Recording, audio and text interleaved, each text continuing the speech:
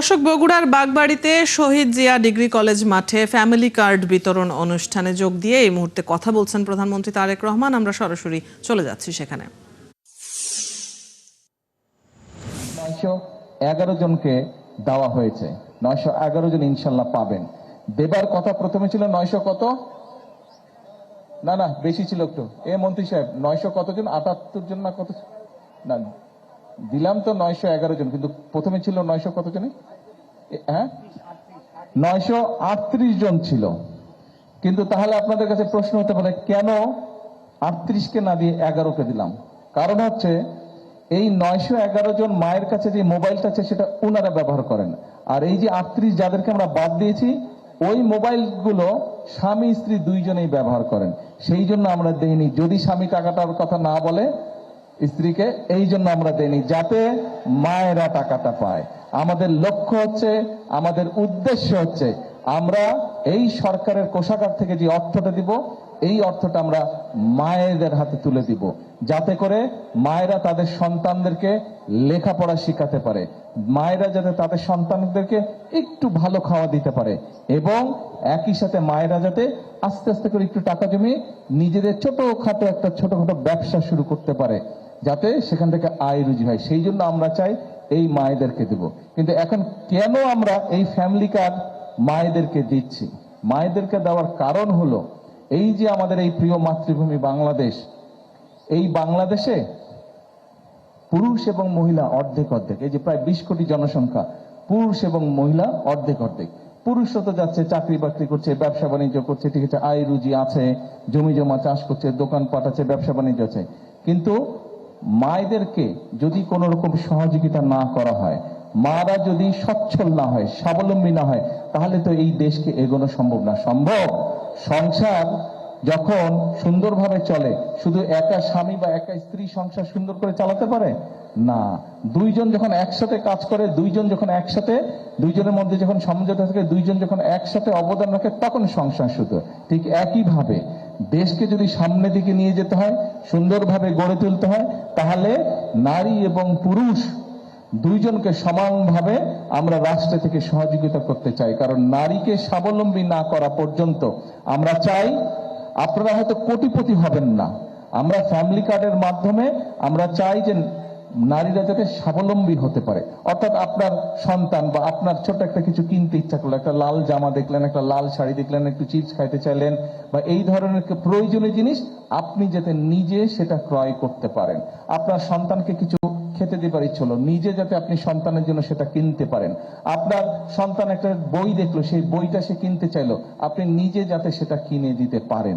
আপনার যাতে সেই শক্তিটা আস্তে আস্তে আপনার তৈরি হয়, অর্থনৈতিক শক্তি। সেজন্যই আমরা এই ফ্যামিলি কার্ড নারীদের কাছে পৌঁছে দিতে চাই। পুরুষদের জন্য আমরা অনেক পরিকল্পনা গ্রহণ করেছি, সেগুলা পুরুষ ভাইরা ভাইদের জন্য সেটা ধীরে ধীরে আমরা করব ইনশাআল্লাহ। আজকে যে এই ফ্যামিলি কার্ড, এটা গাবতলীতে এই মাসের মধ্যে ইনশাআল্লাহ আরো 22টা না 30 তারিখের ভিতরে 23টা, আরো 23টা, বাংলাদেশের 23টা উপজেলাতে আমরা এই মাসের ভিতরে 30 তারিখের ভিতরে আমরা মায়েদের হাতে ফ্যামিলি কার্ড পৌঁছে দিব। এবং ইনশাআল্লাহ আগামী 5 বছরের মধ্যে আমরা দেশে প্রায় 4 কোটি পরিবার আছে, আমরা চেষ্টা করব ম্যাক্সিমাম পরিবারের মায়েদের কাছে, গৃহিণীদের কাছে, নারী প্রধান যে আছে পরিবার, তার কাছে এই ফ্যামিলি কার্ড আমরা পৌঁছে দেওয়ার চেষ্টা করবো ইনশাআল্লাহ আগামী 5 বছরের মধ্যে। অনেকে অনেক কথা বলতে পারে, এত টাকা করতে আসবে, কি আসবে না আসবে, অনেকে অনেক কথা বলতে পারে। আমাদের কথা একটাই, নির্বাচনের আগে বলেছিলাম আমরা চেষ্টা করব বিগত স্বৈরাচারের সময় যেই দুর্নীতি হয়েছে, দেশ থেকে লক্ষ কোটি টাকা পাচার হয়ে গিয়েছে, দেশ থেকে লক্ষ লক্ষ কোটি কোটি পাচার হয়ে গিয়েছে টাকা, অর্থ সম্পদ চুরি হয়েছে, আমরা এই দুর্নীতিটাকে রোধ করতে চাই। কারণ এটা জনগণের টাকা, জনগণের অর্থ পাচার হয়েছে। সেই টাকা দিয়ে আমরা ফ্যামিলি কার্ড করব ইনশাল্লাহ, সেই টাকা দিয়ে আমরা কৃষক কার্ড করব ইনশাল্লাহ। আপনারা নিশ্চয়ই এর মধ্যে খবরে কৃষক কার্ডের কৃষক ভাইদেরকে এখনো এই গাবতলীর কৃষক ভাইদের কাছে এখনো আমরা কৃষক কার্ড পৌঁছাতে পারিনি, কিন্তু ইনশাল্লাহ ধীরে ধীরে আমরা পৌঁছাবো। কিন্তু আপনারা দেখেছেন নির্বাচনের আগে আমরা বাংলাদেশের মানুষকে প্রতিশ্রুতি দিয়েছিলাম, এই ফ্যামিলি কার্ডের কথা বলেছিলাম, আমরা বলেছিলাম কৃষক কার্ডের কথা, আমরা বলেছিলাম 10,000 টাকা পর্যন্ত যাদের কৃষি ঋণ আছে সেই কৃষক ভাইদের আমরা 10,000 টাকা পর্যন্ত কৃষি ঋণ সুদ সহ মওকুফ করে দিব। সেটা আলহামদুলিল্লাহ আপনাদের দয়া আল্লাহর রহমতে সেই কাজটা প্রথম সপ্তাহের মধ্যেই আমরা করতে সক্ষম হয়েছি। এতে করে 12 লক্ষ, সারা বাংলাদেশে 12 লক্ষ কৃষক তাদের 10,000 টাকা পর্যন্ত কৃষি ঋণ আমরা মওকুফ করেছি। 12 লক্ষ কৃষক এতে সুবিধা পেয়েছে। এখানে কৃষক ভাই আছে তো? কৃষক ভাই আছে না অনেকে? কারা কৃষি কাজ করেন বলেন তো, হাত তুলেন দেখি কারা কারা কৃষি কাজ করেন। এই যে আপনাদের মধ্যে যাদের 10,000 টাকা কৃষি ঋণ ছিল, ধীরে ধীরে আপনারা দেখবেন আপনাদের কাছে আপনাদের ব্যাংক নোটিশ পাঠাবে যে এই কৃষি ঋণ সরকার পরিশোধ করে দিচ্ছে, আপনার এটার আর ইনশাল্লাহ প্রয়োজন হবে না। ইনশাল্লাহ কৃষকদের পাশে আমরা দাঁড়াবো। ইনশাল্লাহ কৃষকদের পাশে দাঁড়ানো শুরু করেছি, আমরা মা বোনদের পাশে দাঁড়াবো। কারণ আমাদের পরিকল্পনা হচ্ছে দেশকে ধীরে ধীরে সামনের দিকে নিয়ে যাওয়া, দেশের মানুষের ভাগ্য পরিবর্তন করা। এখন এরপরে আরো অনেক আছে। আমরা ইমাম মুয়াজ্জিম সাহেবদের কথা বলেছি, তাদেরকে সরকার থেকে যেই সম্মানের কথা বলেছি, মুসলমান ধর্মের মসজিদে ইমাম মুয়াজ্জিম খতিব সহ অন্যান্য ধর্মের যে ধর্মীয় গুরু আছে তাদেরকে আমরা বলেছি যে সম্মানিত দেব। সেই কাজটা আমরা শুরু করেছি।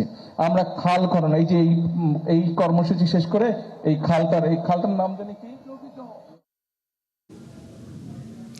বগুড়ায় ফ্যামিলি কার্ড বিতরণ অনুষ্ঠানে বক্তব্য রাখছেন প্রধানমন্ত্রী তারেক রহমান। আমরা এতক্ষণ সরাসরি যুক্ত ছিলাম সেখানে।